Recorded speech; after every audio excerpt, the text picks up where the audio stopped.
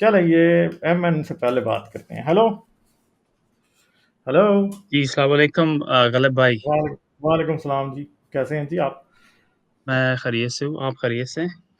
बस जी, हाँ जी, हम ठीक ठाक ही हैं आपके सामने। अच्छा, क्या बात करेंगे आप? हाँ जी, दो क्वेश्चन है गलब भाई।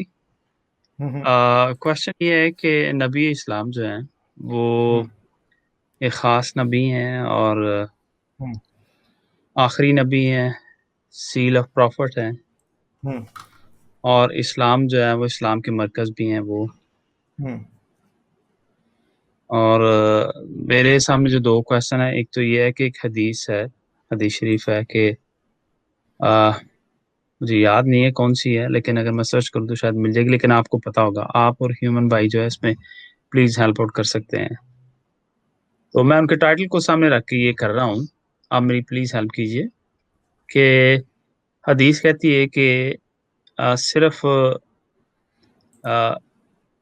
ईसा सलाम को और इब्ने मरियम को जो है ना शैतान ने नहीं छुआ जब वो पैदा हुए हैं,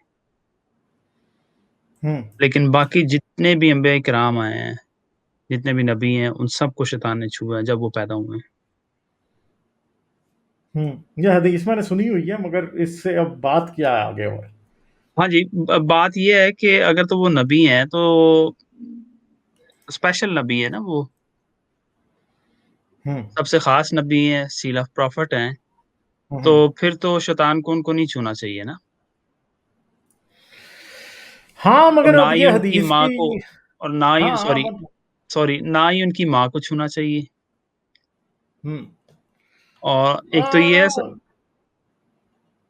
सॉरी। मतलब ये है ना कि थोड़ी कुछ बातें ऐसी भी हैं जिनमें ईसा को मुसलमान भी खुद ही मोहम्मद से आगे पहुंचा देते हैं, और अब उस पे क्या मतलब, इस पे ये कोई इतनी इंपॉर्टेंट बात नहीं है असल में, क्योंकि ये तो नहीं इनका ही दावा है और इनका ही दावा अपने ही अगेंस्ट जा रहा है, और मतलब कोई इसमें कोई खास सेंस मुझे नहीं समझ आ रही कि आप इस बात से निकालना क्या चाह रहे सर, मैं ये चाह रहा हूँ कि देखें, नबी इस्लाम है, और इस्लाम को जो है शुरू भी उन्होंने किया है, जो कुछ भी है, एक बहुत बहुत बड़ी उम्मत जो है उनको फॉलो कर रही है। तो वो कहते हैं। हैं वो पाक हैं और हर लिहाज से जो है ना वो कामल है, हर लिहाज से।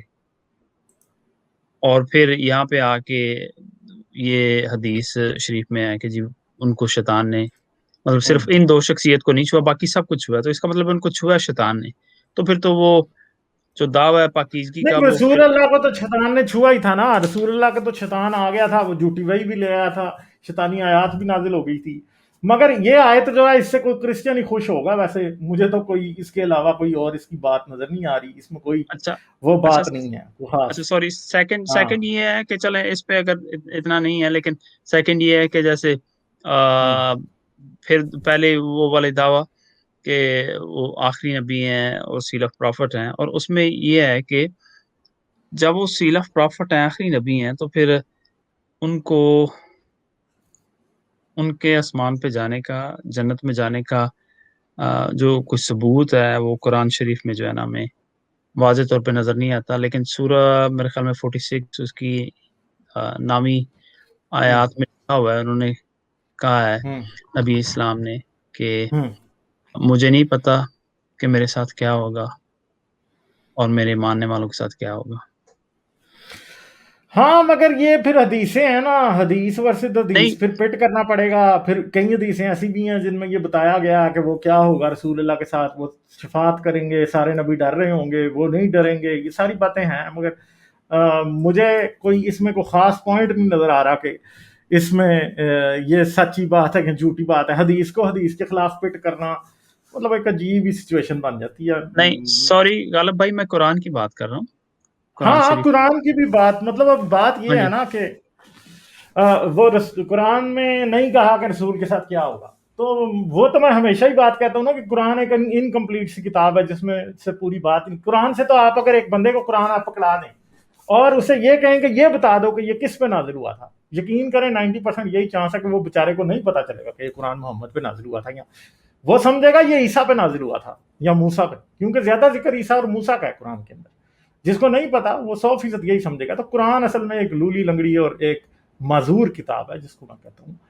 तो इसलिए कोई ख़ास फ़र्क नहीं पड़ेगा, ठीक है? तो चलें, ठीक है, और कोई बात आप करेंगे? मैं फिर आगे चलता हूँ, ठीक है? हाँ जी, थैंक यू। बस यही चलें, क्वेश्चन था, थैंक लेकिन ये कंफ्यूजन मेरी अभी भी स्टिल वहीं पे है, खासतौर पे ये सेकंड क्वेश्चन की कि नहीं, वो मुझे मैंने आपको कहा है ना कि ईसा और मरियम की फौकियत बताने से शायद कोई वो होगी हदीस जो कि किसी क्रिश्चियन ने ईजाद की होगी, क्योंकि हदीसें तो सारी सब ने ईजाद ही की हुई हैं, कोई इसमें कोई हकीकत की बात नहीं, ठीक है? हाँ, तो इससे कोई क्रिश्चियन ही खुश हो सकता है सुन के कि हाँ भाई, यसू को और मरियम को नहीं किसी ने भी शैतान ने छुआ, बाकी हजरत मोहम्मद को भी छुआ। ये बस यही बात है, ठीक है? चलें, थैंक थैंक यू, अच्छा ओके, चलो, थैंक बाय। यू जी, खुदा हाफिज़।